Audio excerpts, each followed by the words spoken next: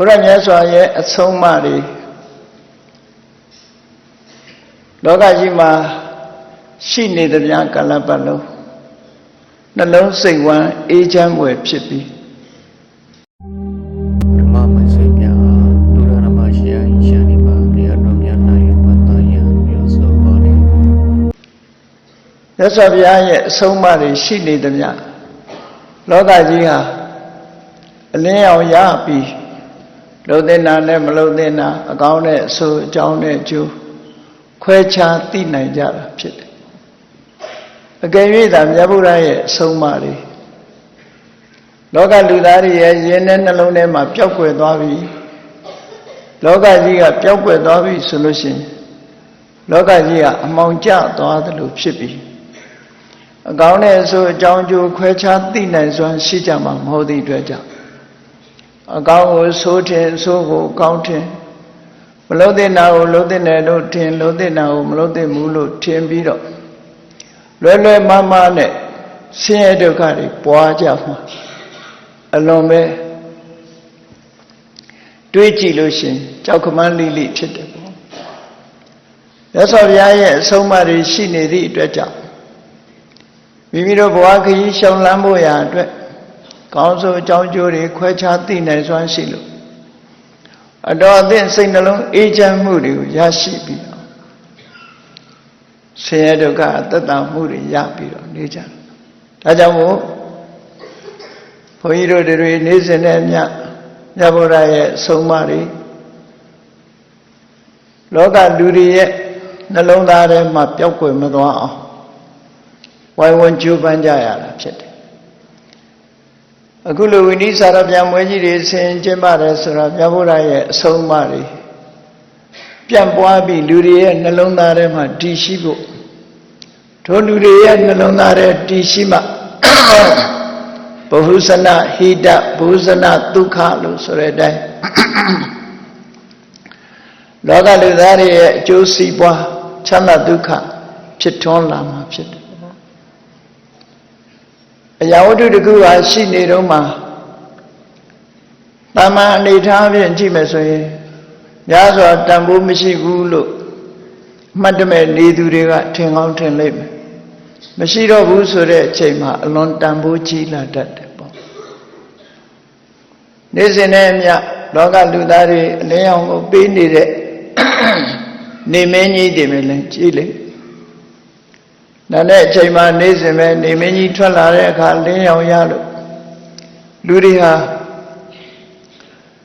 အလင်းရသည့်အတွက်ကြောင့်မိမိတို့လုပ်ငန်းကိုင်တာတွေကိုဆောင်ရွက်နိုင်ကြတယ်နေမင်းကြီးဝင်သွားတဲ့အချိန်အမှောင်ကျလာတဲ့အခါနေ့လည်ကလိုအရာခတ်သိမ်းကိုမြင်နိုင်စွမ်းမရှိကြကြဲကြဲပြက်ပြက်သွားလာလှုပ်ရှားဖို့ရခက်ခဲလာကြတယ်သို့သောတာမန်ပုဂ္ဂိုလ်တွေအနေနဲ့စဉ်းစားမစဉ်းစားဘဲနဲ့နေရင်နေမင်းကြီးအလင်းရှိတာကိုတန်ဖိုးလို့ထင်မိကောင်းထင်မိကြလိမ့်မယ်သို့သောမရှိတဲ့အချိန်ရောက်တဲ့အခါအလွန်တန်ဖိုးကြီးမားတယ်အမောင်တူကြီးသာဆက်ပြီးတော့24နာရီသုံးဖို့လာချီပြီးတော့အမောင်တူကြီးသာကြာသွားမယ်ဆိုရင်လောကလူသားတွေစဉ်းစားတာကြည့်ပြီးတော့ဘယ်လိုအခြေအနေမျိုးဆိုင်နေမယ်ဆိုတာစဉ်းစားကြည့်ကြထို့တူပဲမြတ်ဗုဒ္ဓသာသနာတော်မြတ်ဘုရားရဲ့တရားဓမ္မတွေအလင်းအောင်တွေရှိနေသည့်အတွက်ကြောင့်လောကလူသားတွေဟာကောင်းဆိုးကြောင်းကျိုးခွဲခြားသိနိုင်ပြီးလူတော်လူကောင်းတွေဆိုတာလောကမှာရှိနေလို့လောကကြီးဟာနေပြောနေတာအကယ်၍မြတ်ဗုဒ္ဓအဆုံးအမတွေလူတွေရဲ့နှလုံးသားမရှိဘူးဆိုရင်လူသားတွေဟာဘယ်လောက်ရိုင်းဆိုင်ကြမလဲဆိုတာစဉ်းစားကြည့်ပေါ့နော်အရိုင်းဆိုင်တွေဖြစ်သွားပြီးတူနဲ့တူငဲ့ညာခြင်းတူကြိုတူလူလာခြင်းဆိုတဲ့မေတ္တာဆင်းရဲဒုက္ခကြုံနေတဲ့ပုဂ္ဂိုလ်တွေအောက်တန်းကျနေတဲ့ပုဂ္ဂိုလ်တွေခက်ခဲကြုံနေတဲ့ပုဂ္ဂိုလ်တွေကိုငဲ့ညာပြီးဖေးမ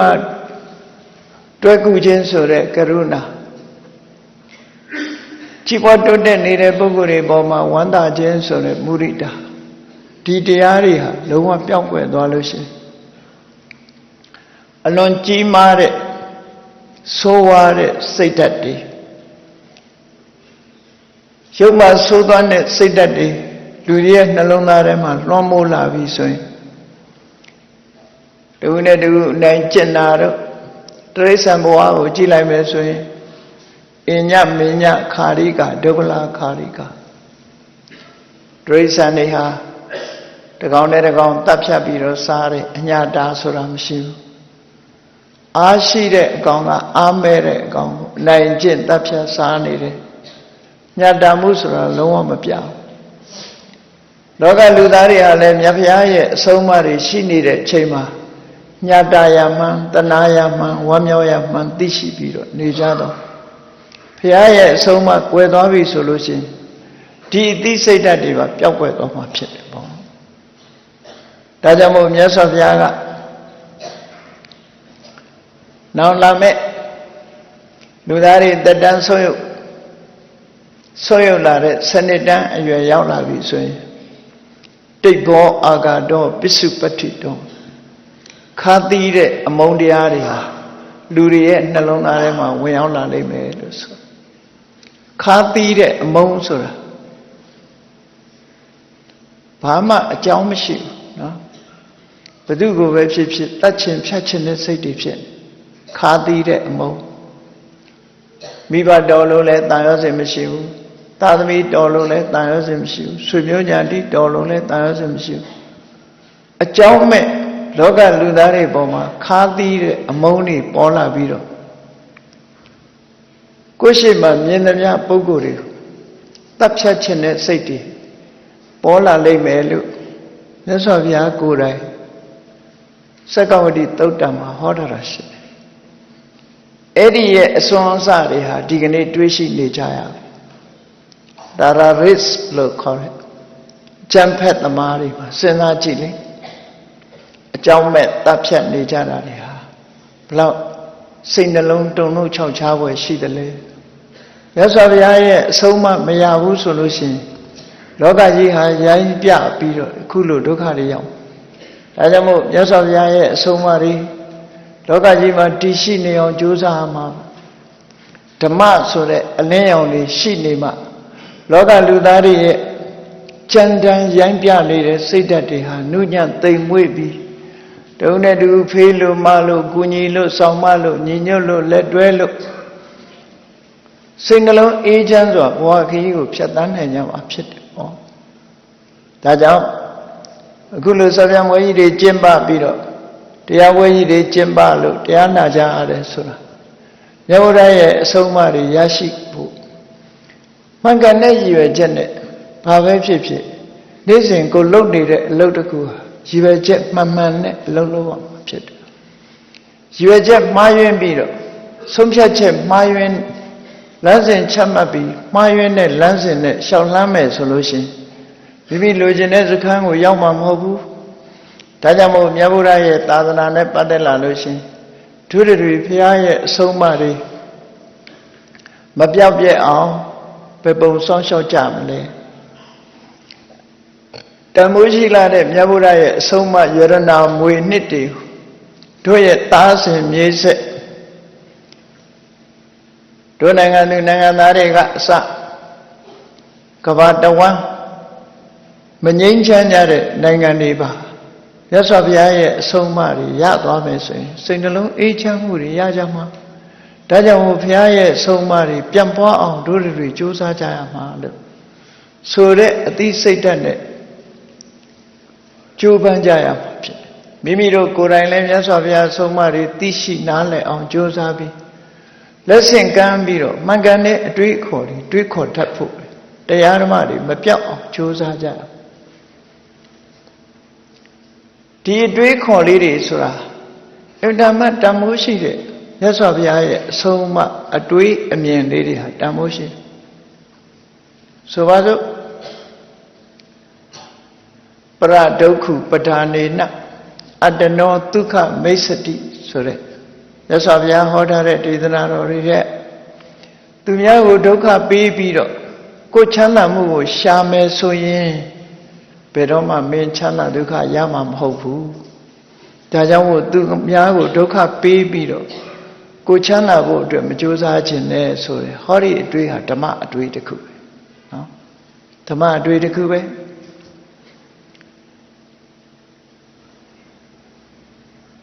ဣဒမောရတိပစ္စမောရတိကတပုညောဥပယထမောရတိမြတ်စွာဘုရားကမှန်ကန်တဲ့အတွေ့လေးတွေပေးထားသင်ပေးထားတဲ့ဘုရားရဲ့အဆုံးအမအေးကောင်းတဲ့အလုပ်လုပ်တဲ့ပုဂ္ဂိုလ်ဟာဒီဘဝမှာလဲဝမ်းသာရမှာပဲနောက်ဘဝမှာလဲဝမ်းသာရမှာပဲဘယ်ဘဝမှာပဲဖြစ်ဖြစ်ဝမ်းသာစရာကြီးဖြစ်တယ်လို့ဆိုတာဟောကောင်းတာတွေလုပ်ချင်တဲ့စိတ်ရှိအောင်ဒီမှန်ကန်တဲ့အတွေ့ထို့တူပဲဣရတပ္ပတိပစ္စတပ္ပတိပါပကာရိဥပယထတပ္ပတိယုံမှာဆိုးစွမ်းပြီးတော့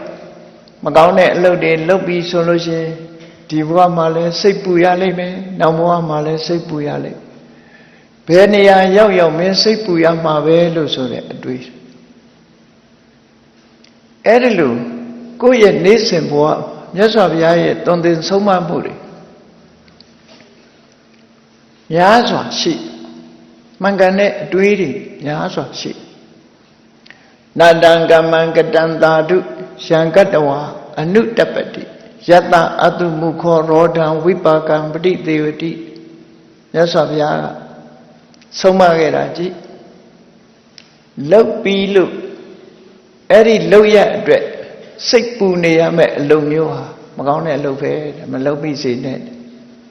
ကိုလုံမိထားလို့ရှင်စိတ်ပူနေရမယ့်အလုပ်မျိုးဥပမာမကောင်းတာလုပ်တဲ့ပုဂ္ဂိုလ်တရားထိုမကောင်းမှုအတွက်စိတ်ပူရတယ်ရှားစုံမှုမကင်းတဲ့အလုပ်တွေနော်အပြစ်မကင်းတဲ့အလုပ်တွေလုပ်ထားတဲ့ပုဂ္ဂိုလ်တရားဟာစိတ်ပူနေရဒါကြိုတင်သိနေရမယ်ဒီဟာမြတ်စွာဘုရားရဲ့အဆုံးအမအဲ့လိုဆုံးမယံကတ္တဝအနုတပတိလုံမိပြီလို့ရှင်စိတ်ပူနေရမယ်အေးအကျိုးသက်ရောက်လာတဲ့အခါမှာလည်းပဲကြိတ်မိတ်ခံစားပြီးငိုကြွေးရတဲ့အကျိုးခံစားနေရတယ်အဲ့ဒီအလုပ်မျိုးကမကောင်းတဲ့အလုပ်ပဲဟောလူတကာနားလည်အောင်မြတ်စွာဘုရားဆုံးမတယ်နားချ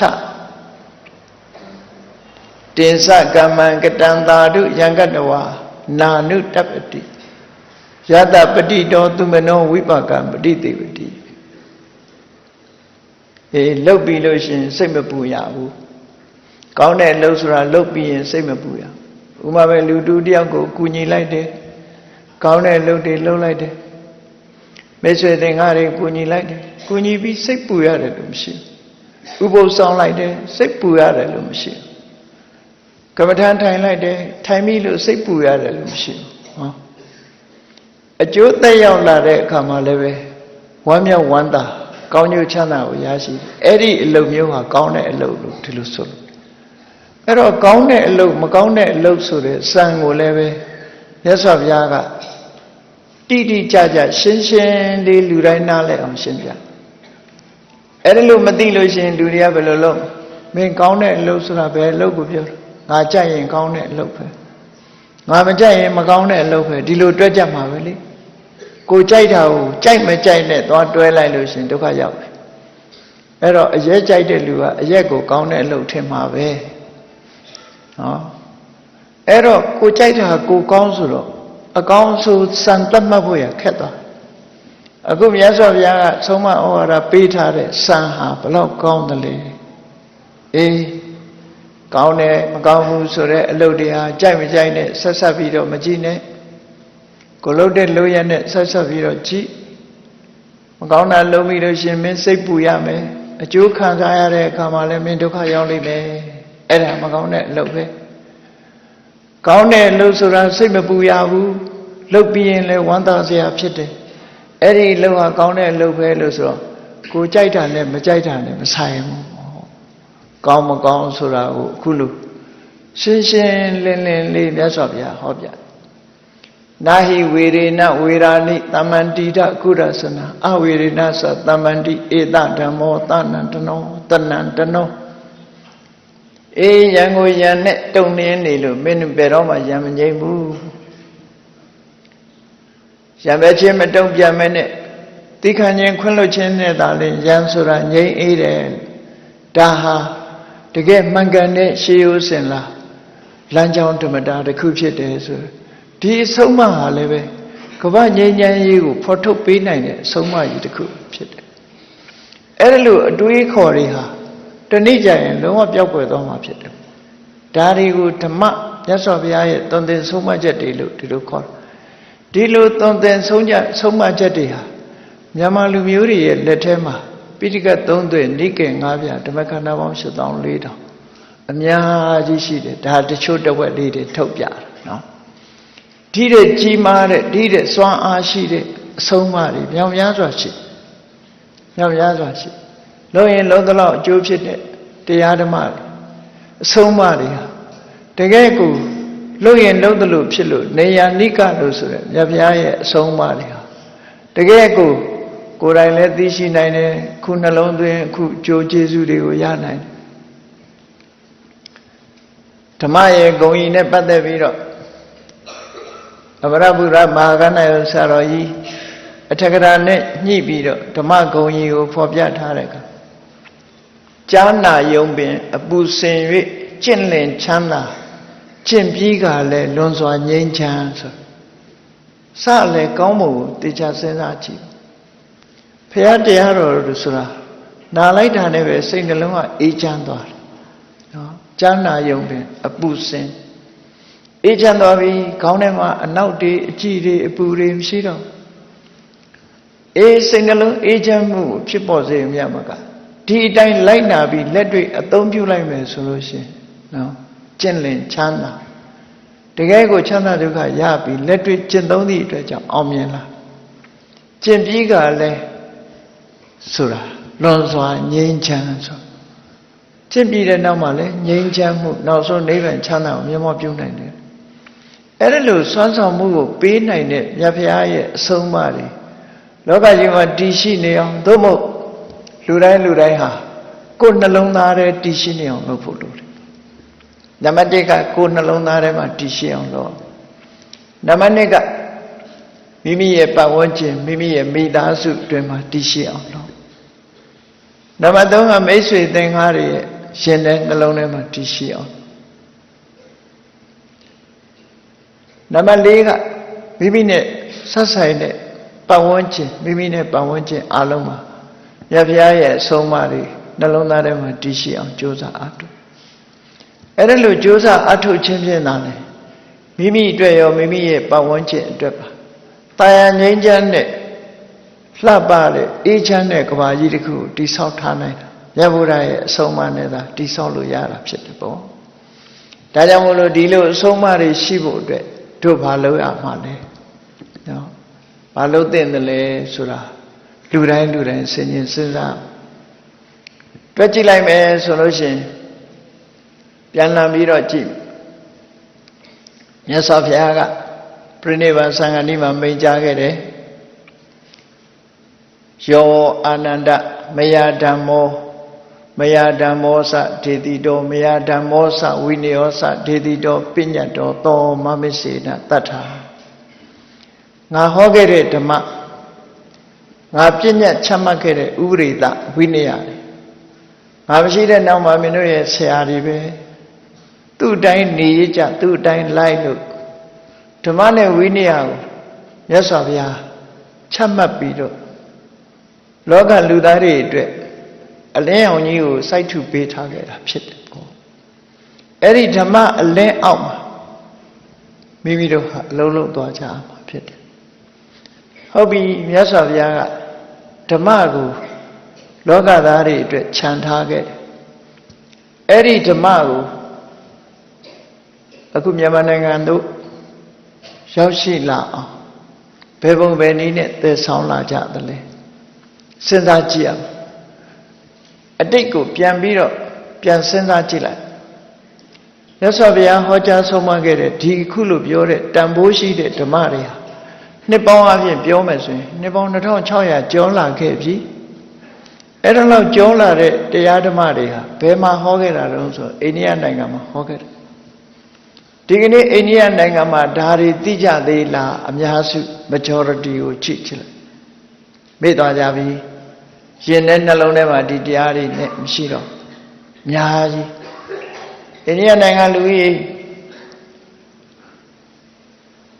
တန်ပေါင်း1000နီးပါးကရှိတဲ့လူတွေရဲ့နှလုံးသားထဲမှာဒီအဆုံးအမတွေမကြံတော့သွားပြီမရှိတော့မြန်မာလူမျိုးတွေကံကောင်းလွန်အားကြီးလို့အလွန်ကံကောင်းလို့တကယ်တန်မိုးရှိတဲ့လွန်ခဲ့တဲ့နှစ်ပေါင်း1600ကယေရနာတွေဟာမြန်မာလူမျိုးတွေရဲ့လက်ထဲမှာရောက်လာဗမာလူမျိုးတွေကတယံဇာတတွေဒုနိုင်ငံမှာပေါ်ကျွယ်ဝတယ်ဆိုပြီးဂုဏ်ယူနေကြတကယ်ဂုဏ်ယူရမှာကမြတ်စွာဘုရားတရားတော်တွေဒုလက်ထဲရောက်နေတာဒါဂုဏ်ယူရမှာအဖို့တန်တဲ့ယေရနာကြီးဟာမြန်မာလူမျိုးတွေရဲ့လက်ထဲမှာရောက်ဘယ်လိုလုပ်ရောက်လာသလဲဆိုရင်သမိုင်းကြောင်းကိုပြန်ကြည့်စရာလိုအပ်တယ်ပေါ့မြန်မာနိုင်ငံကိုသာသနာစတင်ရောက်ရှိတာဟာ400စု500စုသရေခိတ္တရာခေတ်လောက်ကစပြီးတော့မြန်မာနိုင်ငံကိုရောက်လာဖျားသမိုင်းတွေကြည့်မယ်ဆိုရင်တော့ဒီတဲ့စောစောစီစီရောက်တယ်လို့ပြောမှာပဲသို့တော့တိကျသေးကြတဲ့အထောက်အထားတွေနဲ့ပြောမယ်ဆိုလို့ရှိရင်တော့သရေခိတ္တရာတို့ခေတ်လောက်ကစပြီးတော့မြန်မာနိုင်ငံကိုရောက်ရှိလာတယ်ပကန်းခေတ်ကြတော့ပို့ပြီးတော့ထွန်းကားလာအနောထမင်းကြီးလက်ထက်ရောက်တဲ့အခါပြည်ဝဝနဲ့ကျယ်ပြန့်ပြီးထေရဝါဒဗုဒ္ဓသာသနာဟာမြန်မာအနှံ့ပြန့်ပွားလာခဲ့ဒီတွေးခေါ်တွေဟာဘုန်းကြီးတို့ရဲ့သွေးရင်သားရင်မွေးရာအတွေးခေါ်မျိုးတွေဖြစ်လာပြီးမြန်မာယဉ်ကျေးမှုနဲ့ဗုဒ္ဓအဆုံးအမနဲ့မြန်မာယဉ်ကျေးမှုဟာခေါင်းနဲ့ပန်းလို့ပဲခွဲမရတဲ့အနေအထားမျိုးရောက်လာခဲ့တယ်အလွန်ကံကောင်းလို့နော်ကိုယ်နိုင်ငံမှာဖြစ်ထွန်းခဲ့တဲ့ယေရနာမဟုတ်ပဲနဲ့အလွန်ကံကောင်းလို့မြတ်ဗုဒ္ဓရဲ့အဆုံးအမတွေရောက်လာတယ်အဲ့ဒီအဆုံးအမတွေကိုဘယ်သူတွေသယ်ဆောင်လာကြတာတုံးလို့မေးကြည့်မယ်ဆိုရင်တန်ဃာတွေသယ်ဆောင်လာခဲ့ကြတာပေါ့ဘယ်လောက်ထိအောင်ခဲထိမ့်သိမ့်ရသလဲဆိုတာစဉ်းစားကြည့်လေကာရလေးတစ်ပုဒ်မပြောင်းမပြက်အောင်အဓိပ္ပာယ်တွေသိရှိနေအောင်ဘယ်ပုံထိမ့်သိမ့်ရသလဲလို့ဆိုစာအုပ်နဲ့ရေးကူပြီးမှတ်လာပြီးတော့ရော့အင်းဆိုပြီးပေးသွားတဲ့နီးနဲ့ထိမ့်လို့မရဘူးမြန်မာရဲ့ဒီဘိုးဘွားမိဘတွေယဟန်တန်ဃာတွေဘယ်ပုံကြိုးစားလာခဲ့ကြဆိုတာအလွန်မှတ်သားစရာကောင်း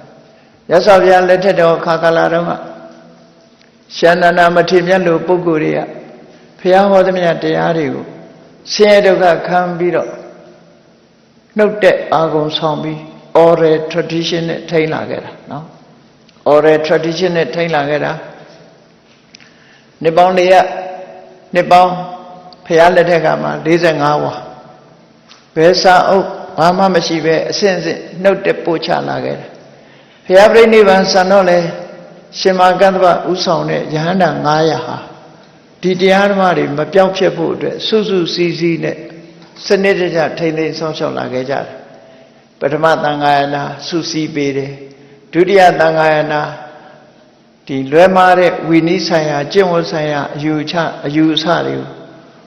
ရှင်းလင်းဆုံးဖြတ်ပြီးတော့လွဲမှားတဲ့အယူအဆတွေကိုပယ်ထုတ်ပြီးသာသနာပြုခဲ့ကြတတိယသံဃာယနာအိန္ဒိယနိုင်ငံမှာလွဲမှားတဲ့အယူအဆတွေဗုဒ္ဓရဲ့အဆုံးအမတွေဝင်ရောက်လာတဲ့အဲ့ဒါတွေကိုဖယ်ထုတ်ပြီးတော့တန့်စင်တဲ့မြတ်စွာဘုရားရဲ့အဆုံးအမတွေကိုဆက်လက်ပြီးတော့သယ်ဆောင်လာခဲ့ကြတယ်စရုဒ္ဓသံဃာယနာရောက်တဲ့အခါကျ oral tradition နဲ့နှုတ်တဲ့ဆောင်းလာတဲ့ခေတ်ဟာနှစ်ပေါင်း450အဲ့ဒီနှစ်ပေါင်း450ရောက်လာပြီးတဲ့နောက်မှာကြည့်လောကလူသားတွေရဲ့မှတ်ဉာဏ်တွေဟာအားပြော့လာသည့်အတွက်ကြောင့် transcribe လုပ်တယ်လို့ခေါ်တယ်အတန်ကနေကူးပြီးတော့စလုံးအဖြစ်ပြောင်းလဲလာခဲ့ကြတာနှစ်ပေါင်း450ကျမှလုပ်တာ oral tradition ကနေပြီးတော့စာဥစာရနဲ့မှတ်တမ်းတင်လာခဲ့ကြတယ်မှတ်တမ်းတင်လာခဲ့တဲ့စတုထသံဃာယနာဆိုတာလုပ်ခဲ့တယ်ပြီးတဲ့အခါကျတော့သာသနာ2004ဟာရောက်တဲ့အခါပို့ပြီးတော့ခိုင်မာတဲ့ပြင်းကြီးတဲ့ကြောက်သားအလွန်မာတဲ့ကြောက်သားတွေပေါ်ကြောက်တဲ့အခရာတင်ပြီးမင်းတို့မင်းကြီးလက်ထက်မှာရသော်ဘုရားရဲ့အဆုံးအမတွေမပြောင်းပြဲအောင်ထိမ့်သိမ်းဆောင်ရှောက်မှုကိုလုပ်ခဲ့တယ်ပင်စမသံဃာယနာလို့ခေါ်တယ်နောက်သာသနာ2500ရောက်တဲ့အခါမြန်မာနိုင်ငံရန်ကုန်ကဘာအေးမှာ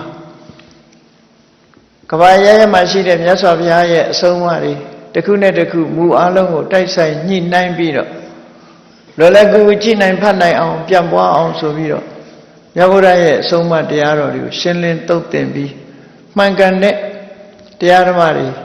မှန်ကန်တဲ့ပါဠိပါဠိစကားလုံးတွေအမှားမရှိအောင်ပြင်ဆင်တည်ဖြတ်ပြီးတော့ကဘာအနှံ့ဖြန့်ခဲ့ကြတယ်ပေါ့ဒါကြောင့်မို့သတ္ထသံဃာနာဒီလိုနည်းနဲ့ oral tradition နဲ့နှစ်ပေါင်း450ဒီဘက်မှာစာဥစ္စာရနဲ့ဒီလိုသက်ဆောင်လာ oral tradition ဆိုတာဆရာကနှုတ်တိုက်ချပေးတာဟုတ်တပည့်ကနှုတ်တိုက်သင်ဒီလိုသက်ဆောင်လာခဲ့ကြတာအဲ့ဒါလို့သက်ဆောင်နေဆိုတဲ့အချိန်မှာလည်းပဲဆရာကပို့ချတပည့်ကသင်တပည့်ကတခါသူ့တပည့်တွေကိုပို့ချနောက်တပည့်တွေကဆရာဖြစ်ဆရာကနေလုပ်ပြီးပို့ချ generation တစ်ခုကနေ generation တစ်ခုကိုသင်ကြားပို့ချခြင်းဖြင့်ဆင့်ကမ်းလက်ကမ်းလာခဲ့ကြတာဖြစ်တယ်ပေါ့လက်ဆင့်ကမ်းလာခဲ့ကြတာဖြစ်တယ်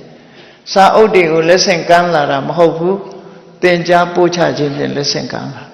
ဒါကြောင့်ဒီကနေ့ထိအောင်မြန်မာနိုင်ငံမှာပြည်ပြည်ဝဝဒီပါဠိစာပေတွေအဓိပ္ပာယ်ဖော်နိုင်တဲ့ပါဠိစာပေတွေပါဠိတော်ဆိုရင်အုပ်ရင်40ထက္ကရာ52ဒီက26အုပ်အဗ္ဗဓမ္မဒုတေကြီးမားတဲ့မြတ်ဗုဒ္ဓရဲ့အဆုံးအမပင်ရင်းနေမယ်အလွန်များပြားတဲ့အဆုံးအမတွေဟာဒီကနေ့ထိအောင်အဓိပ္ပာယ်ဖော်ဆောင်နိုင်တဲ့အနေအထားနဲ့ရှင်သန်နေတော့မှဖြစ်တယ်ပေါ့အဲ့ဒါဟာမြန်မာလူမျိုးတွေတစ်မျိုးသားလုံးကိုပြောမဲ့အချက်တစ်ခုဖြစ်ပြီးတော့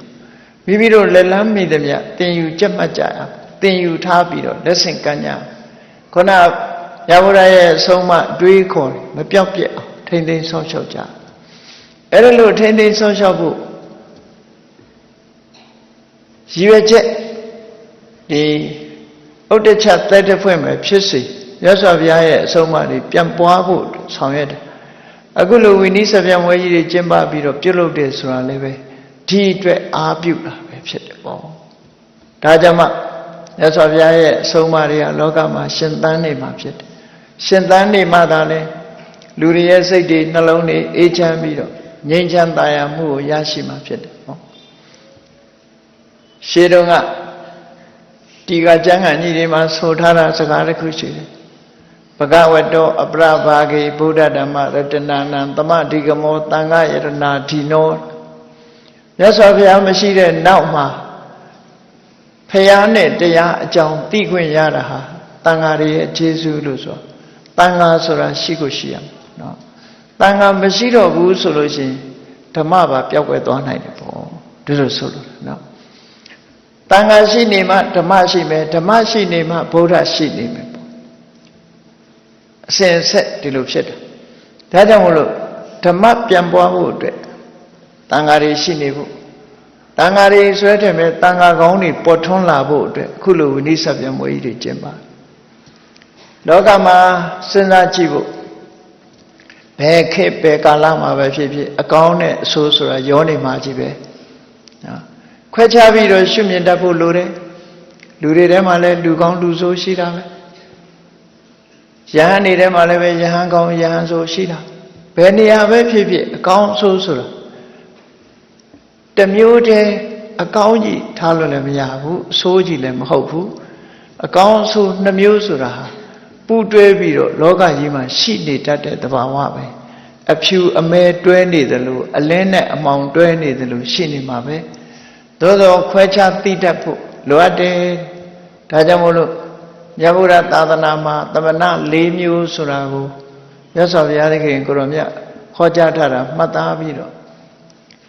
လောကမှာသာသနာတည်ဖို့အတွက်မြတ်ဗုဒ္ဓရဲ့အဆုံးအမတွေတည်ဖို့အတွက်ယဟန်တန်ဃာတွေဟာရှိနေကြမှာဖြစ်တယ်အဲ့ဒီလိုရှိနေဖို့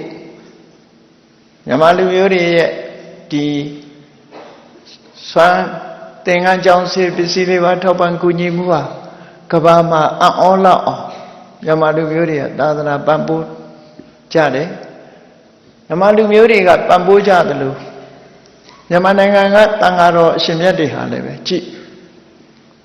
ကျောင်းတိုက်ကြီးတွေတည်ထောင်ပြီးတော့စာပေပို့ချကြတယ်စာသင်တိုက်ကြီးတွေမြောက်များစွာရှိလို့မြန်မာနိုင်ငံမှာပရိယတ္တိပညာရေးအရာထက်တန်းကျတချို့နိုင်ငံတွေမှာဆိုရင်အဘိဓမ္မာကျမ်းဟာပျောက်တော့ဖြစ်သွားပြီပျောက်တယ်ဆိုတာ ကိုယ်တိုင်သင်ကြားပို့ချတဲ့တတ်တဲ့ပုဂ္ဂိုလ်တွေမရှိတော့ဒါကိုပျောက်တယ်လို့ခေါ်တာနော်စာအုပ်တော်ရှိကောင်းရှိလိမ့်မယ်နားလည်တဲ့ပုဂ္ဂိုလ်တွေကနည်းနည်းသွားပြီးတော့နောက်ဆုံးမှာအဘိဓမ္မာပို့ချနိုင်တဲ့ပုဂ္ဂိုလ်တွေနည်းသွားပြီမြန်မာနိုင်ငံမှာတော့ခဏိထိအောင်အဘိဓမ္မာခက်ခဲဆုံးဆိုတဲ့ပဋ္ဌာန်းတောင်မှပဲမြန်မာနိုင်ငံမှာပို့ချနိုင်တော့မှရှိသေးတယ်ပေါ့ဒါတွေကသံဃာတွေရဲ့ကျိုးပမှုလို့ဒီလိုဆိုလို့အခုကမ္ဘာမှာရှိနေတဲ့ meditation center မှန်သမျှဘုရားဘာသာနဲ့ပတ်သက်တဲ့ meditation center တွေအားလုံးဟာမြန်မာနိုင်ငံကဤစနစ်တွေနဲ့အားထုတ်ပြီးတော့မြန်မာနိုင်ငံကထိမ့်သိမ်းထားတဲ့ဆရာတော်ကြီးတွေပြထားတဲ့ဤအတိုင်းပဲကဘာအနှံ့ပြန့်ပြီးတော့ကဘာမှာ meditation center တွေပြန်ပွားနေတာဖြစ်တယ်ပေါ့အဲ့တော့အဘိဓမ္မာဆိုလဲဒါတွေမြန်မာနိုင်ငံကနေပြန်ပွားပြီးတော့ခုလို့အဲ့တော့ဒီလိုရှင်သန်နေဖို့အတွက်ဘုန်းကြီးတို့တွေဟာစနစ်တကျလှုပ်ဆောင်ကြဖို့တော့လိုအပ်တယ်ပေါ့ဘယ်ဟာအရေးကြီးတယ်ဘယ်ဟာအရေးမကြီးဘူးဆိုတာကိုအရေးကြီးတာကိုဦးစားပေးလှုပ်ဆောင်တတ်ဖို့လိုအပ်တယ်ဘယ်အရာပဲဖြစ်ဖြစ်စနစ်တကျလှုပ်ဆောင်မှကြီးပွားတိုးတက်မှုဆိုတာဖြစ်တယ်ဒါကြောင့်မို့အလေးနဲ့ထားပြီးတော့သာသနာတည်ထအောင်တို့တွေဟာအရေးကြီးတယ်လူတွေတန်းတယ်ဆိုတာလဲသာသနာတည်ထမှုအဓိကထားပြီးတော့ဘယ်လိုလှုပ်သင့်တယ်ဆိုတာမိမိတို့ကိုယ်တိုင်ဉာဏ်စွမ်းဉာဏ်စတွေနဲ့ဘယ်ရာဖြင့်လိုအပ်တယ်ဆိုတာကိုဘုရားဘာသာဝင်သူတော်စင်တွေအတိုင်းပဲညှိနှိုင်းပြီးတော့သာသနာတော်ထွန်းကားပြန့်ပွားရေးအားလုံးပေါ်မှာအမြဲတမ်းအလေးပေးဆောင်ရွက်ရမယ်ကိစ္စကြီးတစ်ခုပဲလို့ဒီလိုခံယူကြရမှာဖြစ်တယ်အဲ့တော့အကောင်းဆုံးဆိုတာရှိသည့်အတွက်ကြောင့်အဆိုးတွေတွေ့သည့်အတွက်ကြောင့်အကောင်းတွေပါလုံးပြီးတော့အဆိုးထဲမှာမထည့်မိဘူးအဆိုးဟာအဆိုးအကောင်းဟာအကောင်းဒီလိုတော့ရှိနေကြမှာပဲဖြစ်တယ်ပေါ့ဘယ်ခေတ်ဘယ်ခါမှာပဲဖြစ်ဖြစ်အဆိုးဆိုတာရှိမယ်အကောင်းဆိုတာရှိမယ်ကိုကအကောင်းနဲ့အဆိုးခွဲခြားတတ်ဖို့ပဲလိုတယ်ပေါ့ဒါကြောင့်မို့မြတ်စွာဘုရားလက်ထက်တော်ကာလတုန်းကဟောကြားခဲ့တဲ့သုတ္တနိဗ္ဗာန်ပါဠိတော်မှာမှတ်တမ်းတင်ထားတယ်စုံဒသုတ်တံဆိုတာလေးကိုအကျဉ်းချုပ်နာယူမှတ်သားကြည့်ကြရအောင်မြတ်ဗုဒ္ဓသာသနာနဲ့သမဏ၄မျိုးဆိုတာမှတ်သားပြီးတော့ကြည့်ရသော်ဘုရားကိုယ်တိုင်ဟောခဲ့တဲ့တရားပါအဲ့တော့စုံဒဆိုတာအလုံးသိကြလိမ့်မယ်စုံဒဆိုတာဟာဒီပရိစ္ဆေယတူပါဝါမျိုးကပရိစ္ဆေယတူမြတ်စွာဘုရားကကိုနောက်ဆုံးသူကရမတ္တဝဆိုတဲ့ဆွမ်းကတ်လိုက်တဲ့ကတ်ခွင့်ရတဲ့ဒီပရိစ္ဆေယကြီးပဲရွှေပရိစ္ဆေယကြီးပဲဘုရားသာသနာကိုကြီးညိုလို့ပါဝါမျိုးမှာထင်ရှားချမ်းသာတဲ့လူပဲမြတ်စွာဘုရားသခင်ကိုရောမြတ်တတော်80မတိုင်ခင်ကလည်းအကြိမ်ကြိမ်ပါဝါမျိုးရောက်တဲ့အခါမှာစုံဒဟာဘုရားမှုရှိတဲ့တန်ဃာတွေကိုဆွန့်ပင့်ကတ်လေးရှိတယ်ပေါ့အဲ့တော့တခါတော့ကမြတ်စွာဘုရားသခင်ကိုရောမြတ်ပါဝါမျိုးမလာတိုင်းကပါဝါမျိုးရောက်သွားတော့ပရိစ္ဆေယစုံဒကဘုရားမှုရှိတဲ့တန်ဃာတွေကိုဆွန့်ကတ်တယ်အဲ့ဒီချိန်တုန်းကသာသနာပေါ်ထွန်းကဆိုတော့ဝိနည်းသိက္ခာပုဒ်တွေလည်းများများပြည့်ညတ်ထားတာမရှိသေးဘူးသို့တော့ကိုယ်အသိနဲ့ကိုယဟန္တာကပြီးနေထိုင်ကြတဲ့ပုဂ္ဂိုလ်တွေရှိကြကောင်းတဲ့ပုဂ္ဂိုလ်တွေများစွာရှိတယ်ဘယ်နေရာပဲဖြစ်ဖြစ်ကောင်းတာတွေရှိရင်မကောင်းတာလည်းရောပြီးတော့ပါရတ်တယ်ပေါ့ဖျားမှုရှိတဲ့တန်ဃာတွေစုံဒအိမ်ဆွမ်းခံကြွတဲ့အခါစုံဒကသူက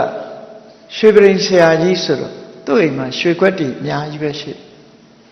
ဘုရားဆွမ်းကတ်တဲ့အခါကျတော့ဆွမ်းကတ်တဲ့ဆွမ်းတို့ဟင်းတို့ထဲ့တာတွေကရဟန်းတန်ဃာတွေအတွက်ရွှေခွက်ကြီးတွေနဲ့ဆွမ်းကတ်တာသူကရွှေခွက်ကြီးတွေနဲ့ဆွမ်းကတ်တဲ့အခါကျတော့မြတ်စွာဘုရားကတော့နမင်းကြီး၄ပါးလှူထားတဲ့ကြောင်းညိုတပိတ်ကမြတ်စွာဘုရားဘယ်နေရာသွားပါလာတော့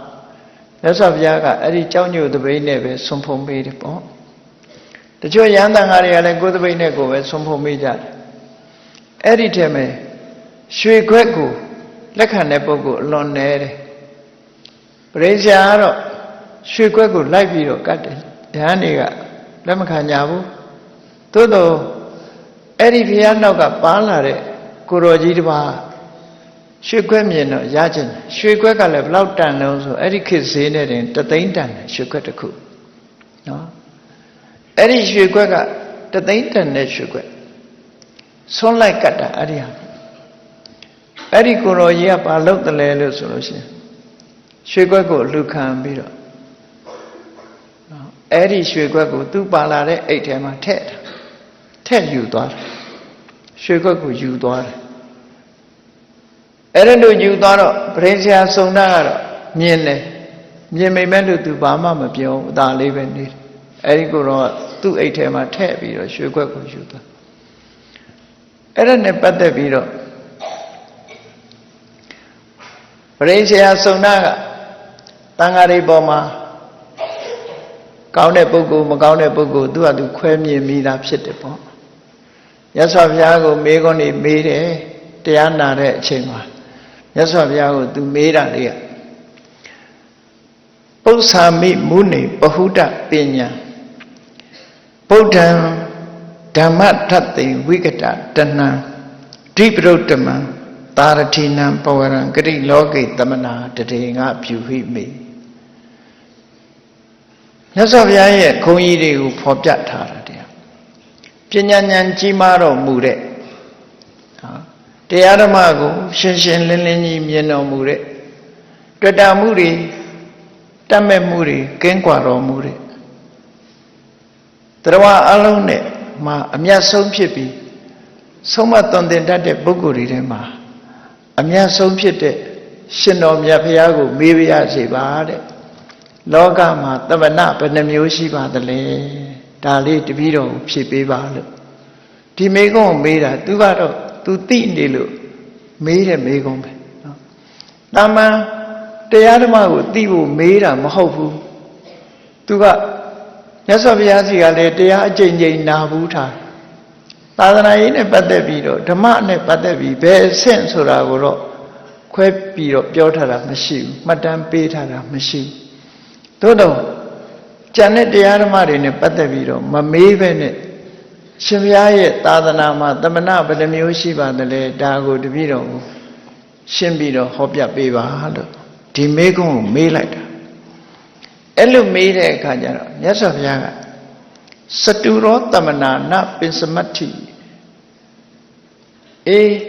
သမဏဆိုတာ၄မျိုးပဲရှိပါတယ်တဲ့၅မျိုးမရှိပါဘူးတဲ့၅ခုမြောက်မရှိပါဘူး၄မျိုးရှိတယ်နပင်စမတ္ထိ၅ခုမြောက်ဆိုတာမရှိဘူးဆိုတော့၄မျိုးပဲရှိတယ်လို့ဆိုလိုတာတေတေအဝိကရောမိတက်ခိပုတ္တောငါ့ကိုတိုက်ရိုက်မေးတဲ့အခါကျတော့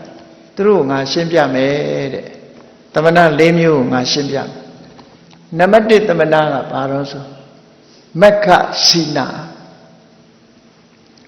မင်္ဂန်နဲ့လမ်းစဉ်ဖြစ်ကိလေသာတွေစိတ်ယုတ်မာတွေစိတ်နှလုံးပူလောင်စေတတ်တဲ့မကောင်းတဲ့စိတ်အခြေအနေတွေအလုံးကိုအနိုင်ယူထားတဲ့ပုဂ္ဂိုလ်အဲ့ဒါကိုသမဏစီနာလို့ခေါ်မက္ခစီနာလို့ခေါ်တယ်မက္ခဆိုတာမင်္ဂန်နဲ့လမ်းစဉ်နဲ့စီနာဆိုတာအောင်နိုင်ပြီးသူဒီလိုဆိုလိုတာပေါ့အဲ့ဒီမက္ခစီနာဆိုတဲ့သမဏပထမဆုံးဖြစ်တဲ့ထိတ်တန်းသမဏဆိုတဲ့အဓိပ္ပာယ်မျိုးမက္ခစီနာဆိုတာနံပါတ်1သမဏနောက်တစ်ခါမက္ခဒေသကမက္ခဒေသကဆိုတာကိုကျင့်ခဲ့တဲ့လမ်းစဉ်တစ်ခုအောင်မြင်ပေါရောက်မှုတွေရှိလာအောင်မြင်ပေါရောက်မှုရှိလာလို့အဲ့ဒီလမ်းစဉ်အတိုင်းလိုက်နာကျင့်သုံးဖို့မြတ်ဗုဒ္ဓရဲ့အဆုံးအမတွေလမ်းစဉ်တွေကိုဟောပြောတဲ့ပုဂ္ဂိုလ်အဲ့ဒါလည်းပဲမက္ခဒေသကသမဏလို့ခေါ်တဲ့ဒုတိယသမဏမျိုးမက္ခေဇီဝတိအဲ့ဒီလမ်းကြောင်းနဲ့ပဲကျင့်ကြံကြုတ်ကိုအထောက်ရမယ်ကျင့်စဉ်မှာပဲသူဟာလောက်ကင်ဆောင်ရွက်နေတော့မှဖြစ်တယ်ဒီလမ်းကြောင်းနဲ့ပဲအသက်ရှင်သန်နေတော့မှဖြစ်တယ်လုပ်ငန်းကိစ္စတွေမပြီးသေးဘူးဆိုတဲ့မက္ခဇီဝကဆိုတဲ့တတ္တိယအမျိုးအစားလည်းရှိတယ်တဲ့နောက်သရုဋ္ဌယဟန်ဆိုတာဘာလို့ဆို ယောစမက္ခဒုတိမှန်ကန်တဲ့ကျင့်စဉ်တစ်ခုကြီးကိုဖြတ်လို့ဖြတ်စည်းလုပ်ပြီးတော့မှန်ကန်တဲ့ကျင့်စဉ်ကြီးကိုပျက်စီးအောင်လုပ်နေတဲ့မက္ခဒုတကလမ်းစဉ်ကိုဖြည့်ဆည်းတဲ့တမနာမျိုးကတစ်မျိုးရှိတယ်လို့ဆိုတမနာ၄မျိုးကိုမြတ်စွာဘုရားအခုလိုခွဲခြားဟောလိုက်တာမက္ခဇိနာမက္ခဒိတကမက္ခဇီဝီမက္ခဒုတိဆိုပြီးတော့မြတ်ဗုဒ္ဓရဲ့သာသနာနဲ့ဆက်လျင်းပြီးတော့ယဟန်အမျိုးအစားကိုခွဲလိုက်တာ၄မျိုးဆိုပြီးတော့ဒီလို၄မျိုးရှိတယ်၅မျိုး၅ခုမြောက်မရှိပါဘူးဒီ၄မျိုးပဲရှိတယ်လို့ဒီလိုဟောလိုက်တဲ့အခါကျပရိစ္ဆရာကြီးကမရှင်းသေးဘူးမရှင်းသေးတဲ့အခါကျတော့သူနားမလည်သေးလို့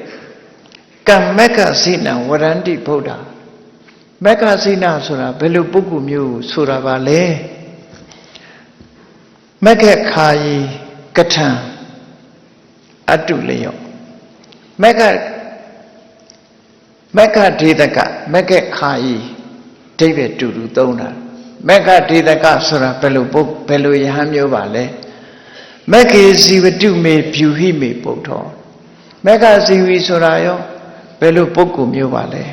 အထမေအာဝိကရောဟိမက္ခဒုတိမက္ခဒုတိဆိုတဲ့ယဟန်မျိုးကလည်းဘယ်လိုယဟန်မျိုးပါလဲဆိုတာတပည့်တော်ကျယ်ရှင်းပြီးတော့ပြောပါအောင်ဘုရားလို့မြတ်စွာဘုရားကိုလျှောက်တယ်လျှောက်တော့မြတ်စွာဘုရားကတစ်ခုချင်းတစ်ခုချင်းရှင်းပြတယ်အေးမက္ခစိနဆိုတာတခြားမဟုတ်ဘူးတဲ့ယောတိဏ္ဏကထံကထောဝိတတံလောတိဏ္ဏကထံကထောဆိုတာသူ့မှာသို့လောတွေးတော်ယုံမှားနေတာတွေတခုမှမရှိတော့ဘူးတန်တရားကင်းစင်သွားပြီဘာလို့ရမလဲဘယ်ဟာအကောင်းဘယ်ဟာအဆိုးလုံးတဲ့နာနဲ့မလုံးတဲ့နာနဲ့ပတ်သက်ပြီးဘာမှတန်တရားတခုမရှိဘူးရှင်းရှင်းလင်းလင်းပြတ်ပြတ်သားသားကြီးတန်တရားမှန်တရားကိုကြော်လွှားပြီးတယ်ဝိတတံလောရှင်ထဲမှာစူးနေတဲ့ဒီကိလေသာဆိုတဲ့စူးဝင်နေတဲ့ညောင်းဆိုတာသူ့မှာမရှိတော့ဘူးလုံးဝစိတ်နှလုံးအေးချမ်းသွားတယ်နိဗ္ဗာန်ဘိရတောနိဗ္ဗာန်ကိုအာယုံပြုပြီးတော့အမြဲတမ်းပျော်မွေ့နိုင်တယ်အနာနုဂိတောလောကကြီးပေါ်မှာဘယ်တော့မှတတ်မဲ့တာမရှိတော့ဘူးအာယုံ၅ပါးကာမဂုဏ်တရားတွေပေါ်မှာတွေ့တာမှုတွေတတ်မဲ့မှုတွေမရှိတော့လောကတ္တတတ္တိဝကတ္တနေတာလောကသားတွေကိုမှန်ကန်တဲ့လမ်းကြောင်းပေါ်ရောက်အောင်ဥဆောင်ပြီးတော့ပို့နေတာသာဖြစ်တယ်သူ့အနေနဲ့တော့ဘာတစ်ခုမှလောကကြီးပေါ်မှာတွေ့တာမဲ့မောတာလည်းမရှိဘူးတန်တရားဖြစ်နေတာတွေလည်းတစ်ခုမှမရှိဘူးသို့တော့လောကသားတွေကိုမှန်ကန်တဲ့လမ်းကြောင်းပေါ်ရောက်အောင်နိဗ္ဗာန်ထိအောင်ပို့ဆောင်ပေးနေတဲ့ပုဂ္ဂိုလ်မျိုးရှိတာဒိမက္ခစိနံဝရန္တိဗုဒ္ဓအဲ့ဒီလိုပုဂ္ဂိုလ်မျိုးကိုမက္ခစိနယဟန်လို့ခေါ်တယ်မှန်ကန်တဲ့လမ်းစဉ်ဖြင့်ကိလေသာတွေအလုံး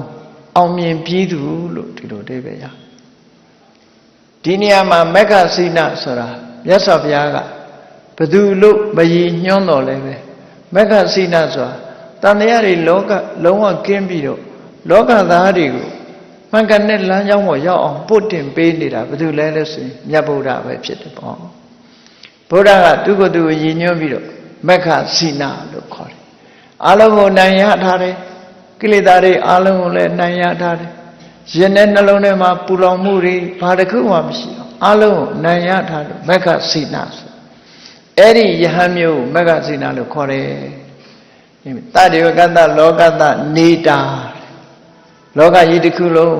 မှန်ကန်တဲ့လမ်းကြောင်းပေါ်ပုတ်တင်ပေးပြီးစိတ်နှလုံးအေးချမ်းရနိဗ္ဗာန်ရောက်အောင်ပို့ဆောင်ပေးနေတဲ့ပုဂ္ဂိုလ်မြတ်ဒါမက္ခစိနလို့ခေါ်တယ်လို့ဒီလိုရှင်းပြီးတော့နောက်တစ်ခါနောက်ဒုတိယအမျိုးအစားဖြစ်တဲ့မက္ခဒိဋ္ဌကမြတ်စွာဘုရားရှင်းပြပြန်တယ်ပရမန္တိယောဓညတ္တဝါလောကမှာအကောင်းကိုအကောင်းဆုံးလို့သိတဲ့ပုဂ္ဂိုလ်ဘုန်းကြီးတို့တွေကအကောင်းကိုအကောင်းဆုံးလို့မသိကြသေးဘူးမကောင်းတာကိုအကောင်းထင်နေတော့မှရှိသေးတယ်အကောင်းဆုံးဆိုတာမသိကြသေးဘူးနော်ကို့မှာရွေးချယ်စရာတွေများစွာရှိတယ်လူတွေဟာအကောင်းပါလဲလို့ပြောရင်ဖြေနိုင်စွာမရှိကြသေးဘူးကိုထင်တာကိုအကောင်းလို့ပြောနေကြအောင်ပါ ဒီပုဂ္ဂိုလ်ကတော့ပရမန်ပရမန္တိညတ္တဝါနာပရမန်ပရမန္တိယောဓညတ္တဝါ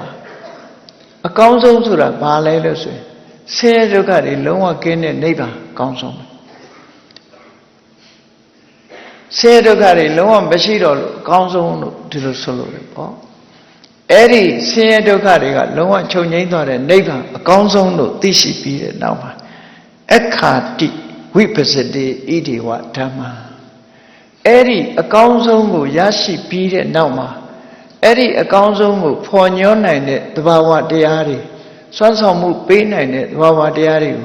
ခွဲခြားရှင်းလင်းပြီးသူများကိုလည်းပဲမျှဝေပေးနေတဲ့ပုဂ္ဂိုလ်နော်ဒီလမ်းကြောင်းဒီလမ်းစဉ်နဲ့မိမိကိုယ်တိုင်ကအကောင်းဆုံးကိုတွေ့ရှိပြီးတဲ့နောက်မှာအဲ့ဒီအကောင်းဆုံးကိုသိရှိဖို့အတွက်ဓမ္မကိုမျှဝေပေးပြီးတော့နေတဲ့ပုဂ္ဂိုလ်ကင်ခိစိတံမုနေအနေဇံသူမှာစိတ်နှလုံးတုန်လှုပ်เสียကိလေသာဆိုတာတဏှာဆိုတာမရှိဘူးတဏှာဆိုတာကိုလည်းဖယ်ရှားပြီးသားဖြစ်တဲ့ဒုတိယဘိက္ခုနာမဟုမေဃထေသိကိလေသာတွေကုန်သွားပြီဆိုတော့ဒါက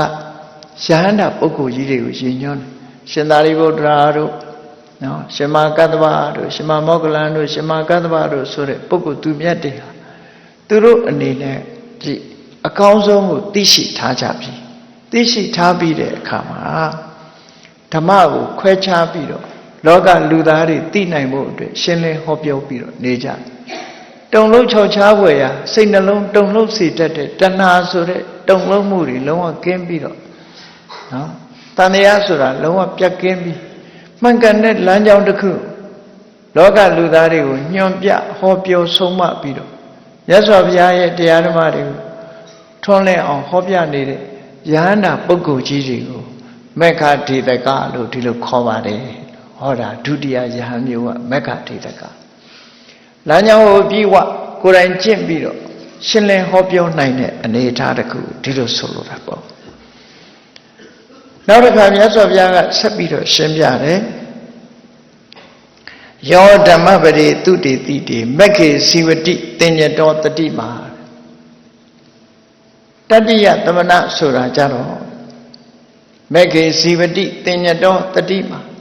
တင်ညတောပြောချင်တာတွေမပြောရအောင်နှုတ်ကိုစောင့်စည်းတယ်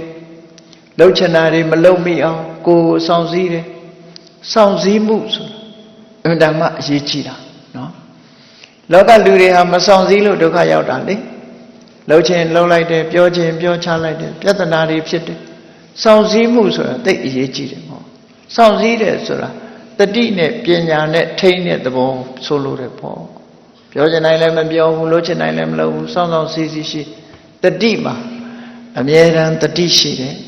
မြတ်စွာဘုရားကောင်းစွာဟောကြားထားတဲ့နိဗ္ဗာန်ရောက်ကြောင်းတရားနဲ့ပတ်သက်ပြီးတော့အဲ့ဒီလိုစောင့်စောင့်စည်းစည်းတတိရှိပြီးတော့အသက်ရှင်နေတဲ့အသက်မွေးနေတဲ့ပုဂ္ဂိုလ်မျိုးအနဝိဇပဒာနိသေဝမာနောအပြစ်ကင်းတဲ့အလုပ်ကလေးတွေပဲလုပ်တယ်မကောင်းတဲ့အလုပ်တွေကိုရှောင်ရှားတဲ့အပြစ်ကင်းတဲ့အလုပ်တွေကိုပဲကြိုးစားတယ်နော်ဒုစရိုက်တွေရှောင်ရှားတဲ့သူစရိုက်တွေကိုသာလုပ်တယ်တတ္တိယံဘိက္ခုနာမဟုမေဃစီဝီအဲ့ဒါလို့အကျင့်ကောင်းအနေထိုင်ကောင်းယဟန်သိက္ခာပြီးပြီးဝါဝါနဲ့ထိမ့်ထိမ့်သိမ့်သိမ့်ယဟန်ပြီးပြီးနေထိုင်ကြတဲ့ပုရုဇဉ်ပဲဖြစ်စေသောတာပန်သဂရကအနာဂံဆိုတဲ့ပုဂ္ဂိုလ်မျိုးတွေကိုမေဃစီဝီလမ်းကြောင်းပေါ်မှာအသက်မွေးနေတဲ့ပုဂ္ဂိုလ်တွေဘောင်တွင်းကမှန်ကန်တဲ့လမ်းကြောင်းပေါ်မှာအသက်ရှင်နေတဲ့ပုဂ္ဂိုလ်တွေလို့ဒီလိုဆိုလို့အဲ့ဒါမေဃစီဝကတတ္တိယယဟန်မျိုးလို့ဒီလိုခေါ်တယ်နောက်သရုတ်ထယဟန်မျိုးနဲ့ပတ်သက်ပြီးတော့မြတ်စွာဘုရားရှင်းပြတယ်ဆရဏံကတ္တဝါနသုတ်ပတ္တသုတ်ပတ္တဆိုတာယဟန်ကောင်းတွေပြီးပြီးသားသားယဟန်ကောင်းတွေနေတာထိုင်တာယဟန်ကောင်းတွေကျင့်တဲ့အကျင့်ကောင်းရှိတဲ့ပုဂ္ဂိုလ်တွေဆရဏံကတ္တဝါနသုတ်ပတ္တအကျင့်ကောင်းတဲ့ပုဂ္ဂိုလ်တွေရဲ့ဟန်အမှုအရာအသွင်သဏ္ဍာန်ကိုရယူထားနော်ဆိုလိုတာကလူဆိုးတယောက်ဟာလူကောင်းရောင်ဆောင်ပြီးတော့တန်တန်ပြန်ပြန်ဝှစားပြီးဂုံကြီးတည်ရှိလူလိုထင်အောင်နော်ဆိုးရတဲ့လူတယောက်ကလည်းပဲဟိတ်နဲ့ဟန်နဲ့အခုလို ခိုင်မျိုးစုံယူပြီးတော့လူတော်လူကောင်းတို့ဆိုတဲ့အနေအထားမျိုးဟန်ပြလုပ်ပြီးတော့နေတတ်တယ်ပေါ့အခုလည်းဒီသမဏဟာရဟန်းကောင်းတွေအကျင့်ကောင်းတဲ့ပုဂ္ဂိုလ်တွေရဲ့အသင်္တရံကိုယူထားတယ်ယူထားပြီးတော့ပက္ခန္တိကုလတုတကောပကပ်ဖော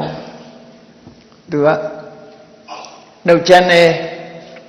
ပြောစရာရှိလို့ရှင်ပြောချလိုက်တယ်လှုပ်စရာရှိရင်လည်းလှုပ်ချနော်လက်ရဲဆယ်ရဲရှိပကပ္ပပကပ္ပလက်ရဲဆယ်ရဲရှိမေတ္တာသုတ်ထဲမှာရှိတယ်မို့လားယဟန်ဆိုတာအပကပ္ဖောပကပ္ပဆိုတဲ့ကြံ့တန်းတဲ့အမူအရာမရှိရဘူးယဉ်ကျေးရမယ်ထိမ့်ထိမ့်သိမ့်သိမ့်နေတတ်ရမယ်ရိုင်းပြတာမျိုးမရှိရဘူးလို့ဆိုဒီကိုယ်တော့ရိုင်းပြတယ်ပကပ္ဖောရိုင်းရိုင်းပြပြရှိတယ်ပက္ခန္တိတဲ့အေးဘယ်ရာပဲဖြစ်ဖြစ်ကောင်းတဲ့အလုပ်တွေဆိုရင်သူလှုပ်ထားတဲ့အောင်အောင်သူကဟန်ပြလှုပ်ပြတတ်တယ်ကုလဒုတကောတရားဓမ္မတွေကိုဖြည့်ဆည်းတတ်တယ်ဆိုတာတရားတရားအစစ်အမှန်ပျောက်ကွယ်သွားသူကမှသာသနာအတွက်အလုံးလုံးနေတဲ့ပုဂ္ဂိုလ်လို့ထင်အောင်သူ့ကိုပဲ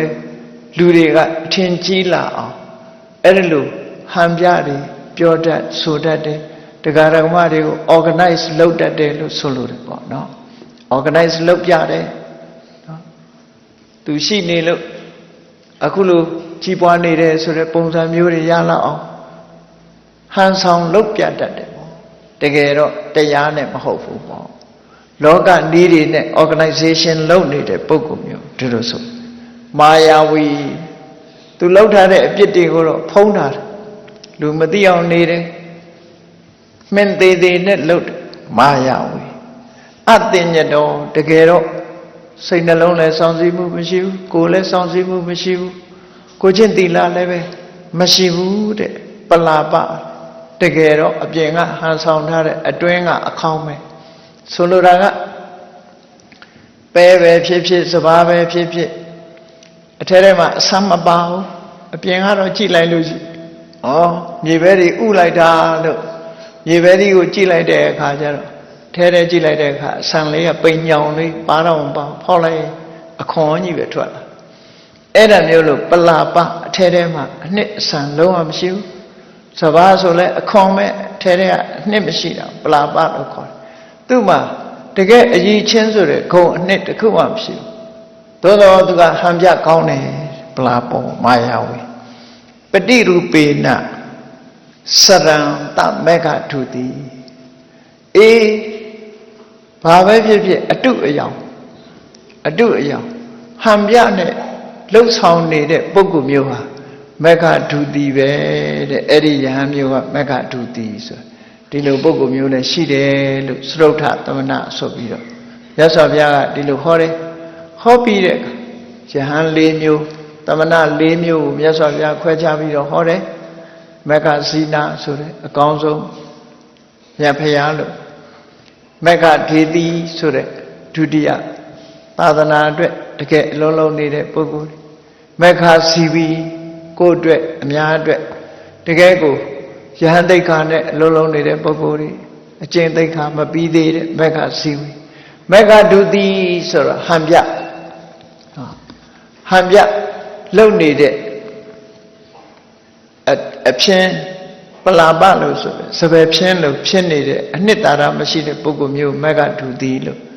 ဒီလိုမြတ်စွာဘုရားက3မျိုး4မျိုးခွဲခြားဟောကြားပြီးတဲ့အခါကျတော့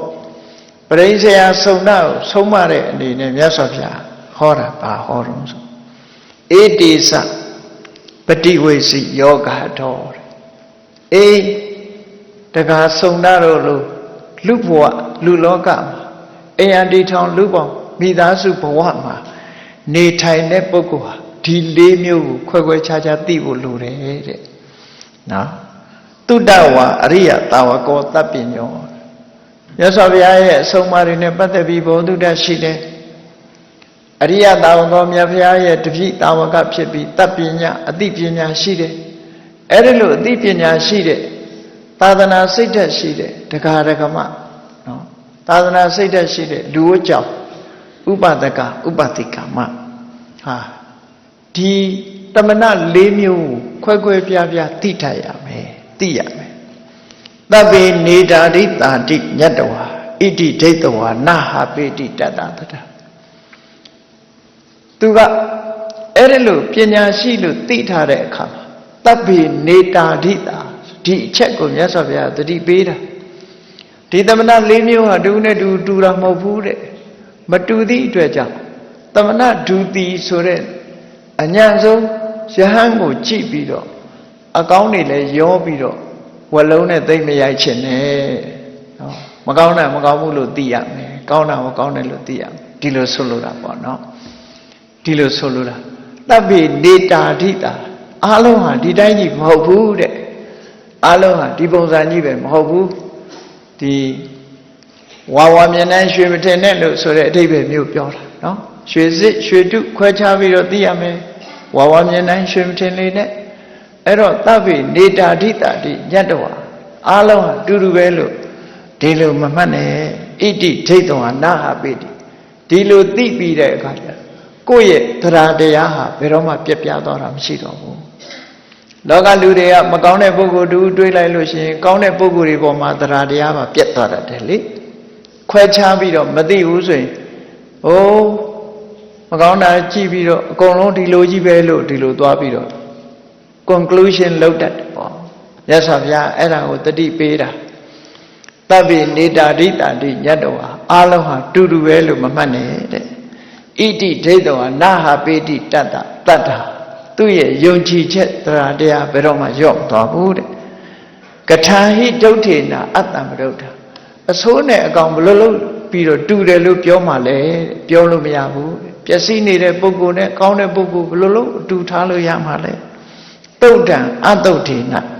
တမံကရေယ